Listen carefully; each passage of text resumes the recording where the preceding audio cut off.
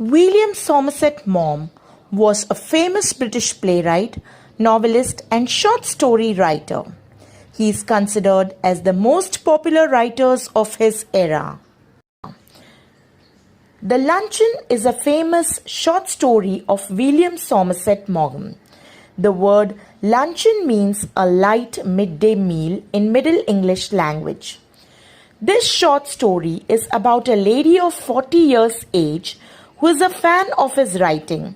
She wins the author's favor and expresses her wish to meet him at a high-class restaurant for the luncheon. William beautifully exposes the fake modest eating habits of the middle-class people with a touch of humor.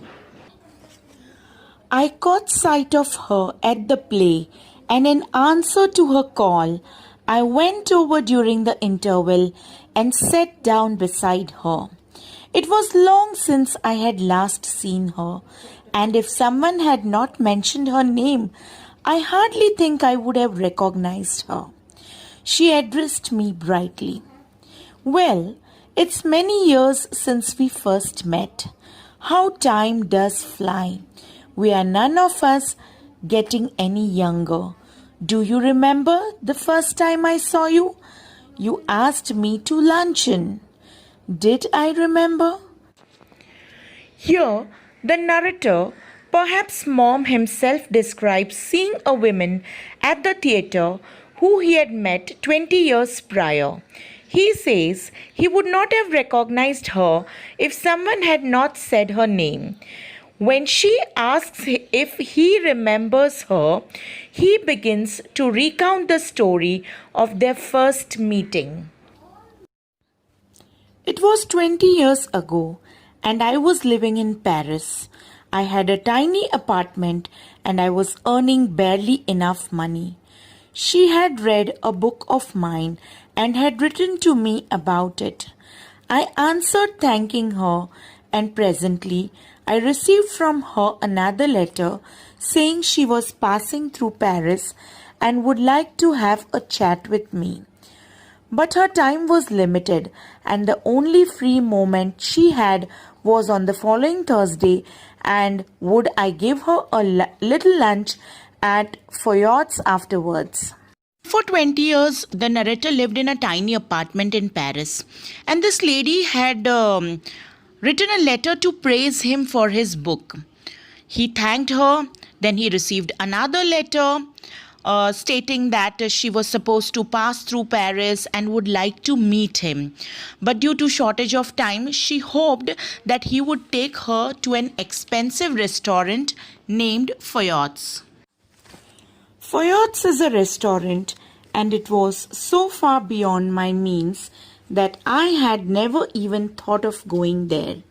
I had 80 francs, gold francs, to last me the rest of the month, and the modest luncheon should not cost more than 15. If I cut out coffee for the next 2 weeks, I could manage well enough.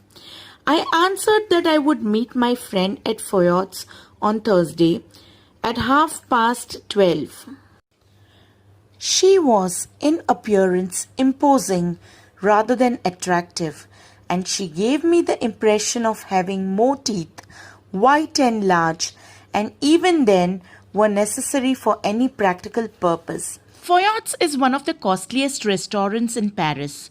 The narrator at that time earned enough only to meet his living. He could not afford dining in such a costly restaurant. He himself never even thought of visiting such a restaurant. But then he did not possess the art of declining the request of the lady admirer. It was far beyond his means. It cost so much more than he could afford. He had only 80 gold francs in his pocket. Franc is a currency of France. He could afford to spend 15 francs for lunch. A modest luncheon. That is an affordable luncheon. That also he would afford only if he cut out coffee for next 2 weeks.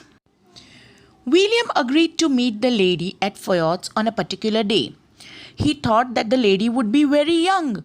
But when he met her, he found that the lady was in her 40s and she was very talkative. She was not very attractive, but she was very imposing. She made herself look very important.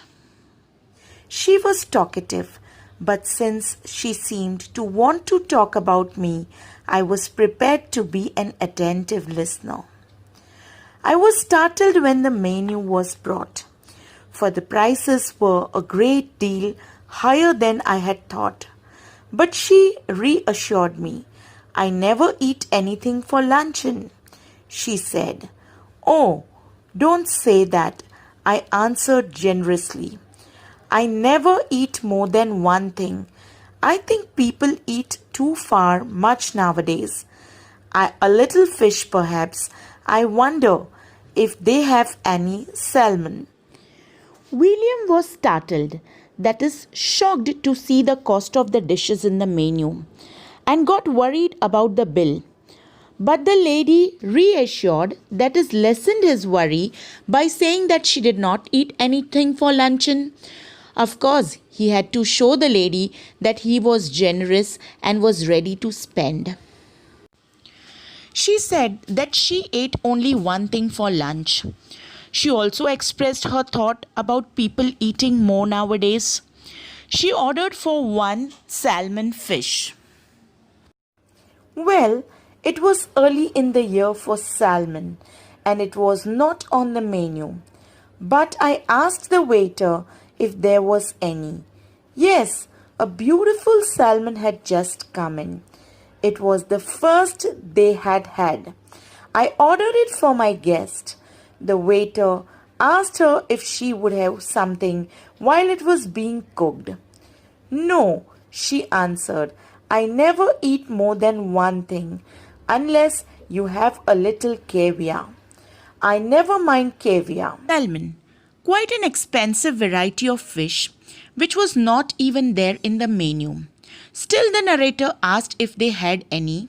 They had one, which he ordered for. The waiter asked her if she would like to have anything until the salmon was cooked. She again said she did not eat more than one thing for luncheon. But even after saying so, she ordered a little caviar. Caviar are eggs of a very large fish called sturgeon. These eggs are eaten as food and are very expensive.